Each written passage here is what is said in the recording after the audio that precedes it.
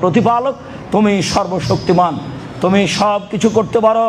তোমার দরবারে জানাচ্ছি, আজকে ইহুদি খ্রিস্টান ক্ষমতা দেখিয়ে মুসলমানের উপরে নির্যাতন চালাবে, নির্দ্বিধায় মুসলমানকে হত্যা করবে।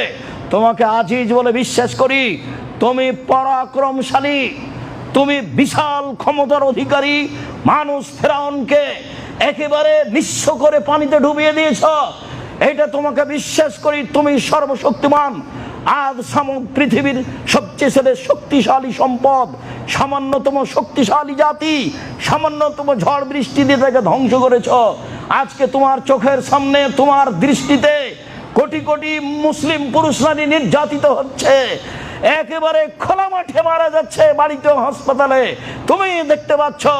তোমার সবচেয়ে শক্তির কাছে আমরা আশা দাবি রেখে বলছি, তুমি এসব অত্যাচারী জালেমকে, ইহুদি খ্রিস্টানকে তোমার ক্ষমতা দিয়ে, তোমার কলাকৌশল দিয়ে ধূলিসাৎ করে দাও। এই দাবি তোমার কাছে রাখছে, তুমি পারো। এমন কোন কারোর কাছে দাবি করিনি যে করতে পারে না।